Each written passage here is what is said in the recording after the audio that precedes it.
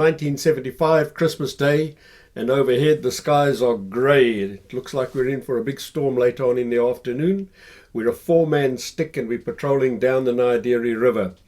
Broken countryside, large granite boulders everywhere, some the size of a bus, and in between, thick, lush grass, trees. The rains have been good, and visibility is difficult as one moves forward. We're a four-man stick, and I'm on the extreme left. As we proceed along with our patrol, I keep my eye open for the man on my right. Most of the time I have him visible, but occasionally as I skirt around boulders and he does the same, we lose sight of each other. And then I notice that he seems to have disappeared from view for longer and longer periods. And I'm just wondering about this when I find myself in front of a bit of an open stretch of ground, and suddenly I stop.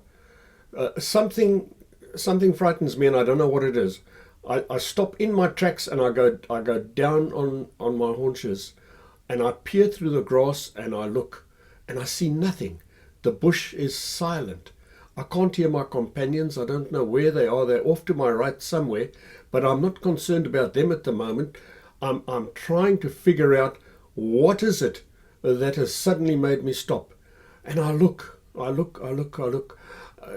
just slightly over to my 11 o'clock position is a large boulder, a lump of rock, and something draws my attention to that.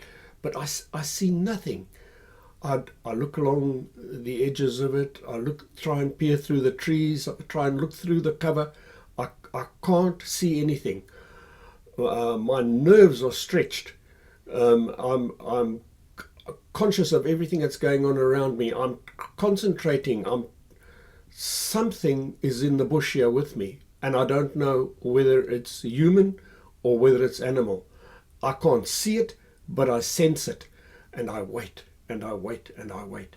They told us at a briefing just a few days earlier that the main gook in the area there was a man by the name of Elias Ngulubi. And Elias was not prosecuting the war the way he ought to. He was spending most of his time in the villages getting drunk, and his men were having to carry him from one party to the other. And so we were told, don't worry about Elias and Golubi, he's a non-event. And I'm sitting there and I'm remembering those words, and I'm thinking, it's so easy for us as Rhodesian Force security personnel. We have one approach to warfare. If we see the gooks, we do everything in our power to kill them.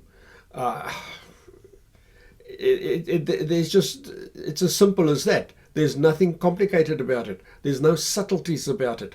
But it's different for the enemy side, because depending on what they've been tasked to do, they might engage us or they might not. And so if a group has been sent into an area for no other purpose than to subvert the local population, they will avoid contact.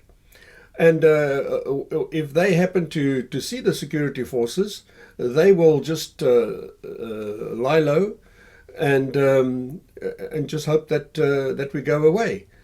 So I'm wondering now to myself as I crouch there at the edge of this clearing, is this the case here? Is there a bunch of gooks somewhere here in the vicinity of that rock who are watching me and just waiting?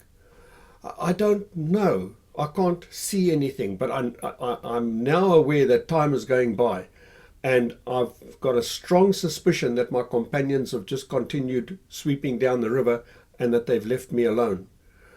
I am even too scared to whistle for them or to do anything that might compromise my position further. But I can't sit there forever, and so very cautiously, inch by inch, I start moving over to my right, and eventually I'm away from that open piece of land, and I feel a little bit more secure. and eventually I start moving quicker and quicker, right up to the edge of the river. Now I've got a nice problem on my hands. I'm alone in the bush, and there may be enemy around. I'm still not certain. And now I stand the possibility of getting pulled by my old men. If I come up unawares behind them, and they just see movement in the bush, shoot first and ask questions later. So I also don't know where they are. I presume that they are continuing down the river, and so I slowly start going in that direction. Very, very careful not to make any noise. Careful to keep an eye on the bush, looking for cover as I move along in case firing starts. And after about half an hour or so, I hear my name being called in the distance. Well, I'm not going to reply and give my position away. I just make my way slowly to where I hear the sounds. And eventually I find them, the three of them. They're in quite a panic. They've realized that I'm not with them and that I'm lost somewhere in the bush. And so I won't say it's a rejoicing kind of a reunion. The corporal wasn't very pleased with me, but nonetheless very relieved to see that I was safe. And so we continued down the river a little way.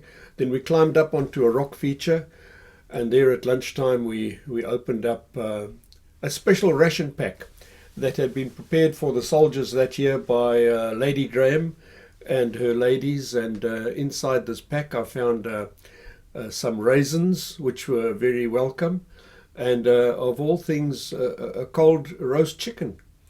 And then the rain came down, and there I was, Christmas Day, sitting on a rock, drenched, eating a wet, cold chicken, but rejoicing nonetheless that although I may have had the pants scared off me down there in the bush, I was at least alive, and one is grateful for that.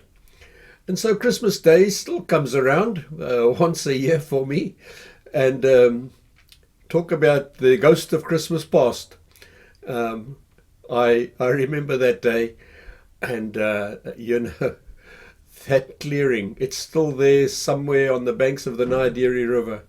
What a creepy, spooky place it was. As for Elias and Gulubi, I don't know how he spent his Christmas Day. Perhaps he was in a village far away from that clearing getting drunk, or maybe he had been watching me. I will never know.